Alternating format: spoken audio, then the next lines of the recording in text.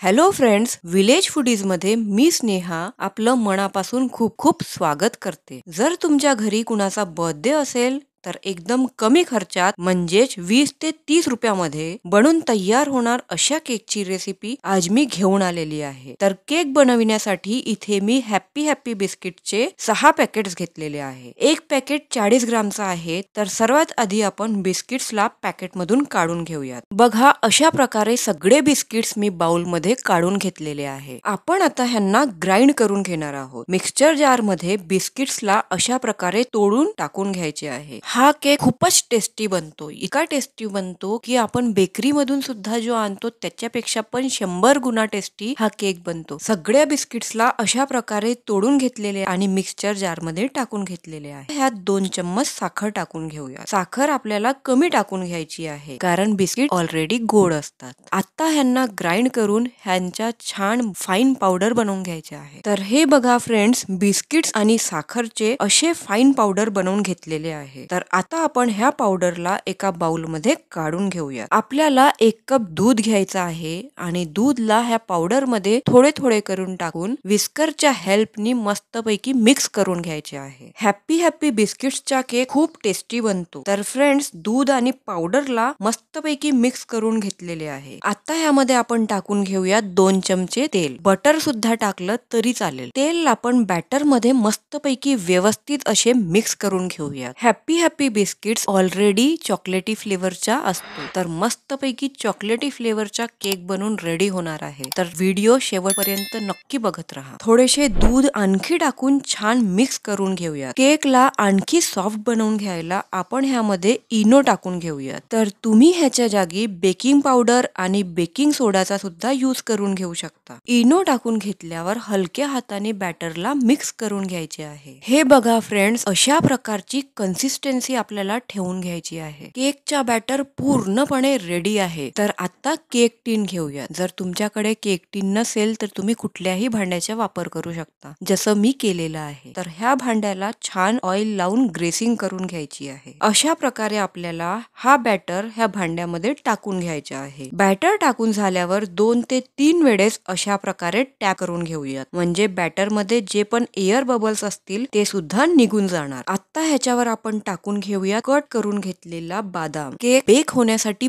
पूर्णपणे रेडी आहे। तुम्ही हा केक कुकर मध्ये सुद्धा बनवू शकता। तर मी हा केक कढईमध्ये बनवून घेणार आहे। त्याकरिता कढईला गरम करून घेऊया। कढई गरम झाली की ह्यामध्ये थोडेसे मीठ टाकून घ्यायचे आहे। कढईमध्ये एक स्टँड ठेवून घेऊया। जर तुमच्याकडे स्टँड नसेल तर तुम्ही प्लेट किंवा वाटी सुद्धा ठेवली तरी सुद्धा चालणार। तर बघा, मी अशी आडणी ठेवून घेतलेली आहे। आता ह्याच्यावर आपण केकच्या भांड ठेवून घेऊया। ह्याच्यावर झाकून कमी कमी 30 ते 35 मिनिट पर्यंत शिजवून घ्यायचे आहे। गॅसची फ्लेम आपल्याला लो ठेवून घ्यायची आहे। तर फ्रेंड्स, बघा इथे 35 मिनिट झालेले आहे। तर चला मग चेक करून घेऊया केक बरोबर बेक झालेला आहे की नाही ते। तर इथे मी टूथपिकनी चेक करून घेणार आहे। तुम्ही चाकूनी सुद्धा चेक करून घेऊ शकता। टूथपिकला ह्यात टाकून बाहेर काढून घेऊयात। तर हे बघा फ्रेंड्स, टूथपिक पूर्णपणे ड्राय आलेली आहे। ह्याला थोडेसे पण बॅटर लागलेले नाही आहे, म्हणजे केक मस्तपैकी कुक झालेला आहे। जर केक कुक नसेल झाला तर पुन्हा 5 ते 10 मिनिट पर्यंत शिजवून घ्यायचे आहे। तर बघा फ्रेंड्स, आपला केक पूर्णपणे शिजलेला आहे। तर आता गॅस बंद करून घेऊया। केअरफुली केकला बाहेर काढून घेऊया। 5 ते 10 मिनिट पर्यंत ह्या भांड्याला थंड होऊ देऊया। केक थंड झालेला आहे। तर चला केकच्या कॉर्नर्सला अशा प्रकारे चाकूने